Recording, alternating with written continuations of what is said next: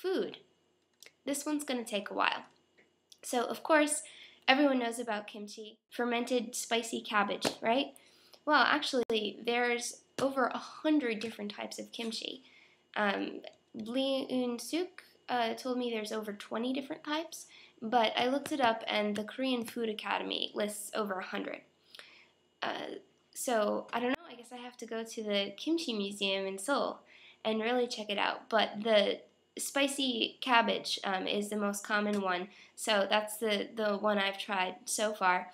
And you know what? There's a lot of other interesting Korean dishes, and I wish I could say that I liked Korean food, but I really don't. All I can do is pray that someday I'll be able to stand even the smell of it. I mean, I hate to say this because I don't want Koreans to think that I'm disrespecting their culture, but it's very different, and it's very hard to eat vegetarian here. I mean, thank God I went back to eating fish, because fish is so pervasive here. I mean, the country is surrounded by the ocean, so it makes sense. But it's just every single lunch, there's always some kind of fish, or even 2 or 3 kinds of fish, and a lot of squid too, which honestly, I tried it, and I really don't like squid. The tentacles freak me out. Octopus is also very common here. My first day at the elementary school last Friday, we had an octopus patty and some not very spicy kimchi for the kiddies' palate, and some purple rice that sounded to me like breek, and some meat dishes I didn't pay attention to. No one brings boxed lunches here. Everyone eats lunch in the cafeteria on these metal trays with like indents in them for the main food and the side dishes. Side dishes are really big here. And if you want soup, you have a metal bowl that you put in one of the big indents. Rob said it reminds him of 1984. But guess what? The kids serve each other lunch here. They take turns with the duties and serving and cleaning, and they also have to clean their homerooms during a whole period at the end of the day that's called cleaning time, and they take turns cleaning the teacher's office too. The kids, they stay in their classroom during the whole day, and the teachers go around to the rooms. It's really different. I didn't know that that's how it worked here till I got here. But I think that the cleaning is so great. You know, I wish we did it that way in the U.S. because I think it teaches kids so much responsibility. Conversation with Park In-suk in her car last week about kids, and I said it really seems like American kids are such brats compared to Korean kids. Seem really respectful. And she said, well, old Korean people don't think so. They think that kids aren't nearly as respectful as they ought to be, or as they used to be back when they were kids. But then, you know, I went to the school, and as Zach, the intern English teacher who sits next to me, said, his actual Korean name is Song-yin, Kim Song-yin.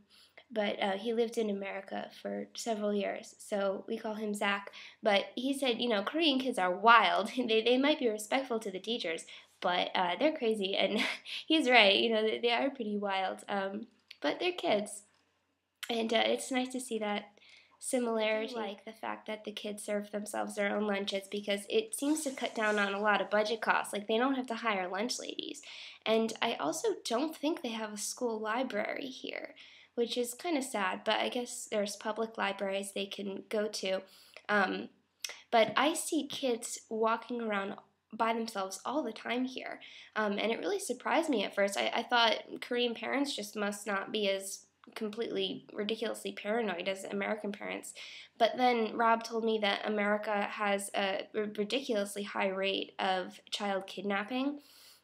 So I guess the paranoia is well placed, and Korea is so safe that in some parts of this country, people don't even lock their car doors. I don't know about the perspective I have about kids. I mean, I've never taught in an American school, and it's kind of hard to compare by reminiscing, because it's a different perspective being a kid among kids yourself. Back to food.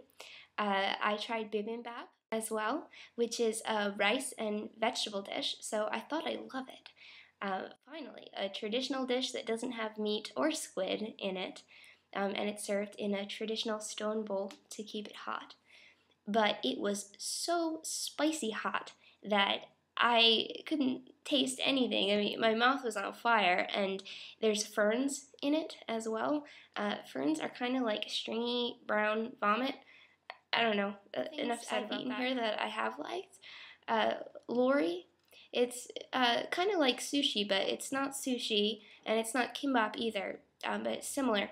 It's a round thing with rice around the outside and seaweed, and the one we had crab meat and yellow radish kimchi inside, and on the rice around it are these little red fish eggs.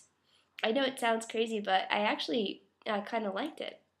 I didn't really like the sauce they put on top. It was kind of like ketchup-like sauce and tartar sauce thing, but the lori itself was good.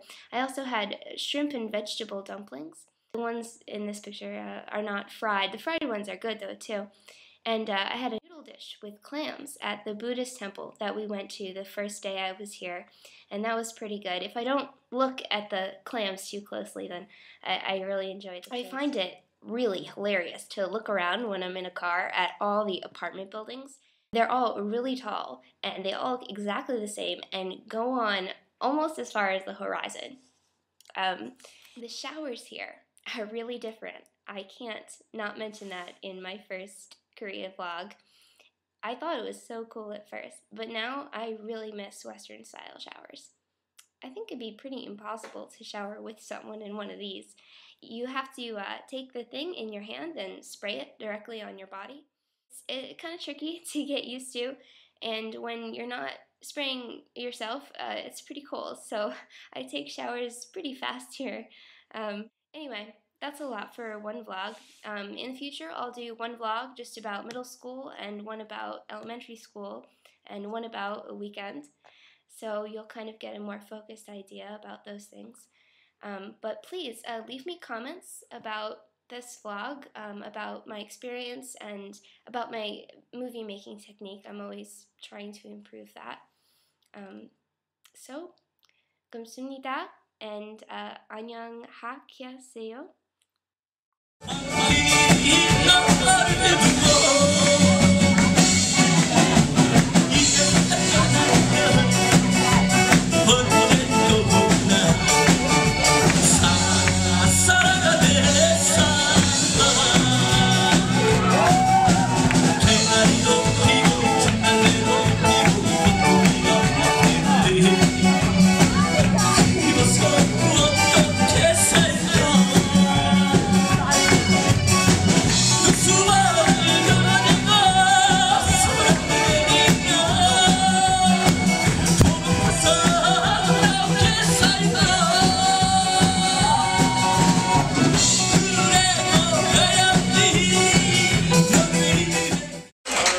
I love you.